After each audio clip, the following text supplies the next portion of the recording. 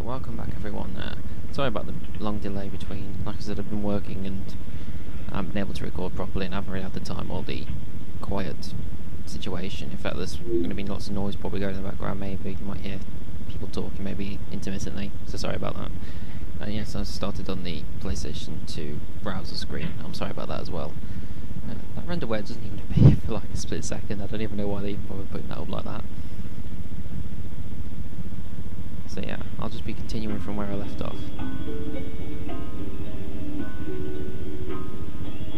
This will be last videos until next weekend, when hopefully, yeah, that was coughing in the background, sorry. This will be the last videos until, for a while, until next week, because I'm going away to Disneyland Paris for my birthday, because it's my birthday on the 7th, so I'll be away this week. Anyway. Yeah, this is our new area. This is called Glowbox's house. There's lots of new little bits. That's Lee Stelly. I can't pronounce it, Lee Stelly. There's like I said, there's one Lee area in each place. So we're seeing another one of them. That's our Tinsy Circle. Welcome, Rayman. Clark told us you would be here before long. Here's one back to the Menhir Hills, the town from pirates. Naturally. Is that what you're going to tell me? Yeah, there's a portal to the Minisaurus plains. Now, later on I want to know, see these two here, very Stonehenge-like, and then you've got all these individual stones. See, I personally think that should be back over where this one is here. I think that's where it should be. And you'll see why I think that in a bit, especially when we go back to the first area, and also when we see the third set of stones, you'll see the reason why I think that that should be in a different position. It's nothing but an aesthetic thing. I mean, it's just me being picky, but I just personally think that they should have made it look different. But anyway, we'll just continue on to the Menuh Hills, which is sort of one of my, not my favourite level, but I like this level. I think it's very creative. I would also say that on the DS, I found this to be a pretty tricky level to do on the Nintendo DS version of Rayman 2. Because of the way the controls were, and the screen size and everything. It's not as hard on this though.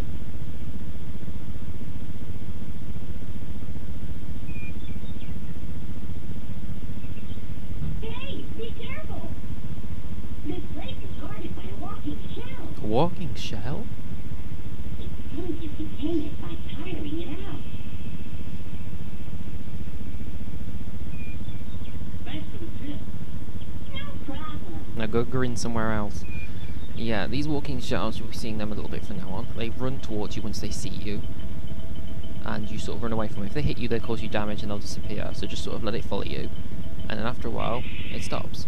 Now the moment you hear that screeching sound, it stopped, and as far as I'm aware from this, they stop forever, or for a very long time, but I don't want to do that. I want to go over here and hit this switch. Now this will open up a little covering back there, in the middle of those set of stones, which we can go down. And there will be a cage down there. See, normally this will be covered and you can't go down here, but once you hear that switch you can. And then you just hit that cage. So we've got our first cage out of 8 for the Menhir Hills, and a couple of lums which you need to get. And that shell is still waiting up there for us. Basically the shell becomes harmless the moment it's tired, so you can just ignore it or walk up to it when you're ready. Like I said, there doesn't seem to be a time limit, and just checking around here, I'm sure there's nothing else in this area. Touch the shell and we get on it. You succeeded in taking the missile. Press the square button to accelerate and the cross button to jump off the missile. Warning, you cannot jump off the missile if you accelerate. I will call this missile Huey! Huey, come here! Okay, yeah, you push the square button to go faster, like that. I would use that a lot if I was you, but only use it when you really need to. And we drive over it, jump off, and it'll open that for us. You see, you can't open up that normally because there's no of the kegs, so you need to run a shell into it and jump off. Oh, feel free to run into it if you want. Our military academy, please respect the need for total silence for the cadets' concentration. Yeah, feel free to run into it yourself if you want to cause yourself a little bit of damage, just to make sure it hits it, but I'm going to hit these from here. Oh, that one's woken up. I killed that one in one shot because it's a green one. And that one's still asleep. And so were these two? I wonder why that one at the far end woke up. I was expecting one of these two first. Obviously I just didn't come into its view or something. Right. left first. This only opens, I think, if you defeat those 2 ones, or either. And there's one behind here. And, oh, it still hit me. Yeah, I think that door only opens. Oh, yeah, this will come back for this later.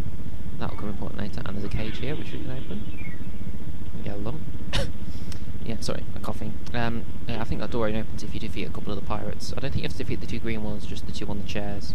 I think it's just best to defeat all of them. Obviously, you don't want to stand there and have them, you know, shooting at you anyway. So you'll probably just defeat them anyway by yourself.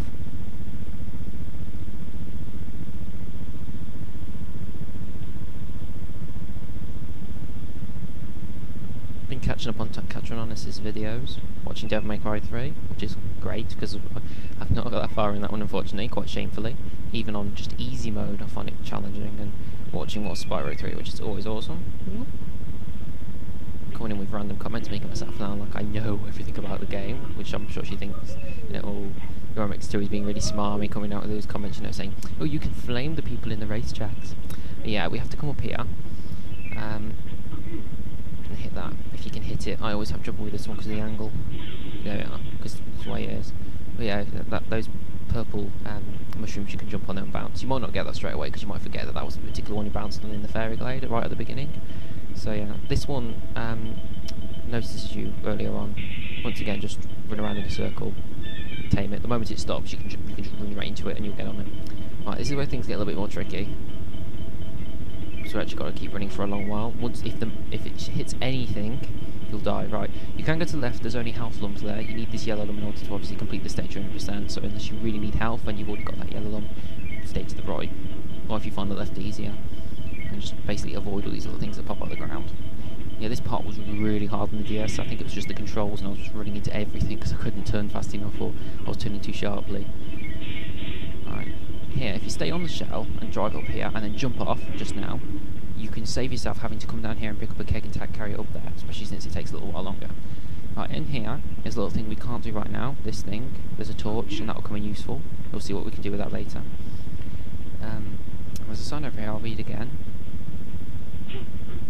Elite Troop Training Centre, danger. Yeah, I've been watching Catrononus' videos. I really enjoy Spyro 3. I still like Spyro 2 a lot, because it's the first Spyro I ever played, but I like Spyro 3 a lot.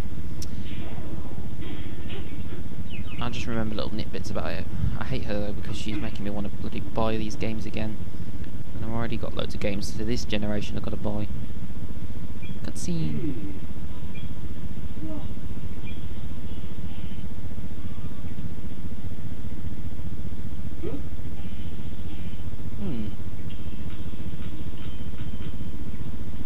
It's Clark again. Clark, so it was you who wiped out all these pirates. Only 20 pirates against you? Didn't stand a chance. 20? Hey, you don't look so good. We don't have arms. Yeah, Rayman doesn't have arms. What could that be? Or plenty of rest and lots of liquids, you know, that works as well. It's hidden near the entrance of the marshes of awakening. In a place called the Cave of Bad Dreams. Is he trying to tell us to go get him some drugs or something? The Cave of Bad Dreams. Get him some magic mushrooms. Sorry, I'm speaking all over the cutscene, sorry. Right. Teal Game Master, you are now should be happy because I've only delayed where we're going to be going next. I haven't actually skipped it entirely, so you should be happy now.